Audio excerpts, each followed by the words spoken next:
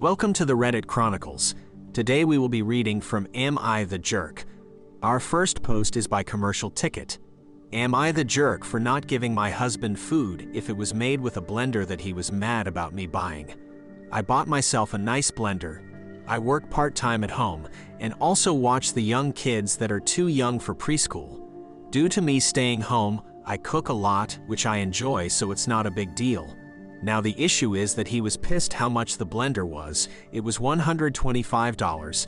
This annoyed me greatly since I used my fun money for it, and it is a household tool even if he won't use it. I thought we were over it, but I pulled it out again to make a smoothie, and he made more comments about a waste of money and stupid buy. I had the conversation with him about the whole situation again. He made more comments next time I took it out, and I had enough. Now every time I make something using a blender, I don't give him any. It came to a head today. I made a soup and I used the blender. I told him I used the stupid blender to make it so he can't have any and make his own food. This caused a huge argument and he thinks I am a petty jerk, but I have told him so many times to not call my purchases a waste. Am I the jerk for taking it so far? This post made me start really thinking about my marriage. I am asking for couples counseling, and if things don't change, I will be done. Our next post is by Angry Granddad. Am I the jerk for yelling at my daughter for hiding her pregnancy from me? My 20-year-old daughter lives with me, M47. She has a boyfriend, Gary, 20M, who currently lives with his own parents. She lost her job over COVID and has felt too sad since then to look for a new one.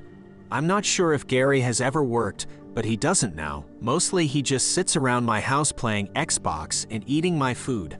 I'm not Gary's biggest fan, but my daughter loves him, so I tolerate him and have always been polite to him. About a month ago, she went missing for a little over 3 days. While she does go out a fair bit without telling me, this was a lot longer than usual. I rang her mother and messaged Gary and any of her friends I could think of, and no one had seen her. Eventually, Gary responded with a picture of a baby and, "Say hello to your grandson." She had never even told my ex-wife or I that she was pregnant. For context, she's a bigger girl and had put on a couple of extra kilos over the last couple of months. While it seems obvious now in retrospect, at the time it just seemed like normal weight gain. She and Gary brought the baby back to our house sometime the next day while I was at work. When I got home, I asked her why she wouldn't tell me something like this, and she said it's because she wanted Gary to move in with us, and she knew if she'd asked before the baby was born, I would have said no, and that she and Gary need to get themselves sorted, both get jobs, and find their own place to live before the baby comes. She's probably not wrong. But if she waited until he was born, then I'd have to say yes to Gary moving in, because what kind of monster would keep their grandson from living with their father?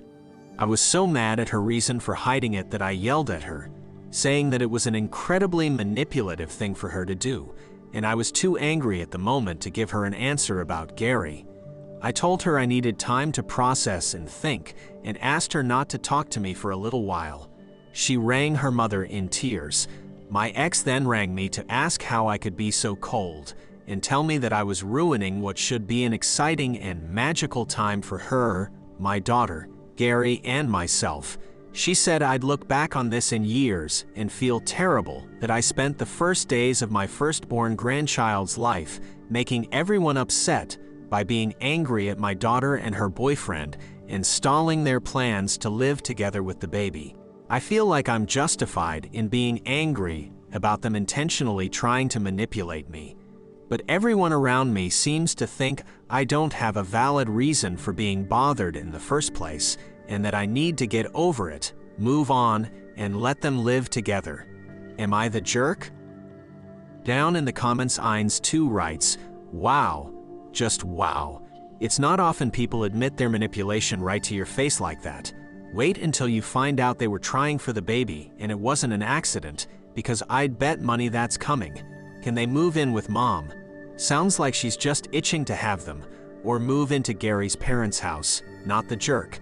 Having that news all dropped on you at once is huge. If there's no other place for your daughter to go, I do hope you let her stay though, for the baby's sake. But I'd tell her no overnights with Gary. If she wants to be a happy family with him, they should have gotten jobs years ago, but at the very least Gary needs to get his act together now and get one so they can rent their own happy family home eventually. Our next post is by Consequentialism. Am I the jerk for no longer wanting to be in my sister's wedding after her request? My 27F little sister 24F is getting married next summer and is in the midst of wedding planning. As we're very, very different and live on opposite coasts, I am not really involved in planning, but occasionally she will share something with me for a reaction, opinion. Yesterday, she booked her photographer, and we were going over other people's online wedding photos together when she made an odd request. She insisted we take photos in which my husband specifically does not appear, just in case. Not girls only, blood only, bridesmaids only without him, in case we split. I checked. I was honestly shocked and had to stop myself from suggesting we take photos without the groom then, since divorce seems such a likelihood these days, but it's completely put me off being there at all. We have a child together, we're married, never said an unkind word to each other. I see no reason to imply we would ever separate. Is this a sane ask? I've never been more than a simple wedding guest before, so perhaps I am being a jerk. In the comments, Woozy What's It Now writes, go ahead and suggest to take pictures without the groom just in case. While you're at it, suggest pictures with your parents separately as well as the in-laws, just in case. After all, divorce isn't just exclusive to the younger generations.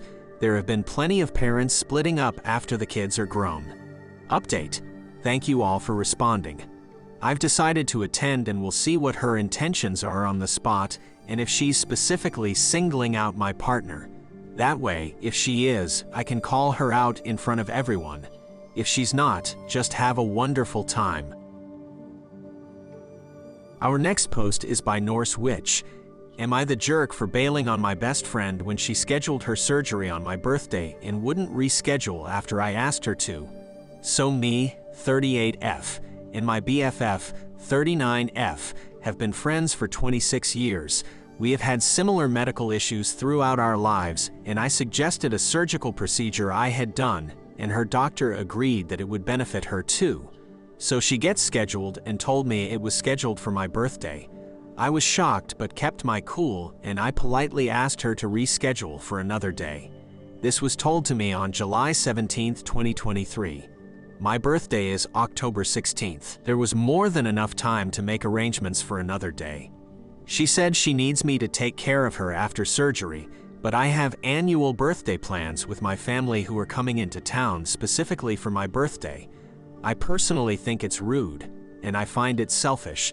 I know I sound selfish, but I would never schedule surgery on her birthday, because in March 2023, she scheduled her ablation surgery on my mother's birthday, which was and still is an emotional day for me, as she, my mom, has been gone for 17 years. I want to be there for my friend, but I don't think I should have to put my birthday on hold either. I get one day a year where I get to go out and enjoy my friends and family all together with me. She never comes to my annual parties anyway, due to her addiction recovery and triggers, alcohol, and I respect that, and we always do something else aside from my annual get-together. My parents are flying in Sunday night and leaving Tuesday morning. They have an entire itinerary planned for the day, and I told them about her surgery, and they too said to ask her to reschedule. It's not major surgery, it's not life or death, it's a common female procedure that can be pushed back a week. I have no issue helping her during her 6 to 8 recovery period, but why didn't she reschedule? Why is she like this? So am I the jerk for not being there on her day of surgery? Coppelius Eyes writes in the comments, everyone sucks here. You're both expecting too much of each other. It's fine to say, I won't be available on XYZ dates to help you out after your surgery, so you'll need to make other arrangements. It is fine for her to say, I won't be able to celebrate your birthday this year because I am having surgery.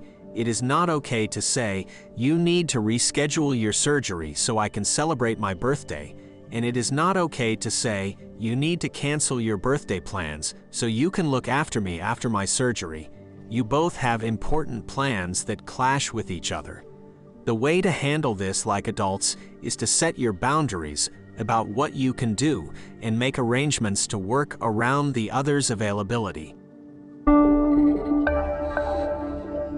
Thank you for listening to the Reddit Chronicles. Follow for more content.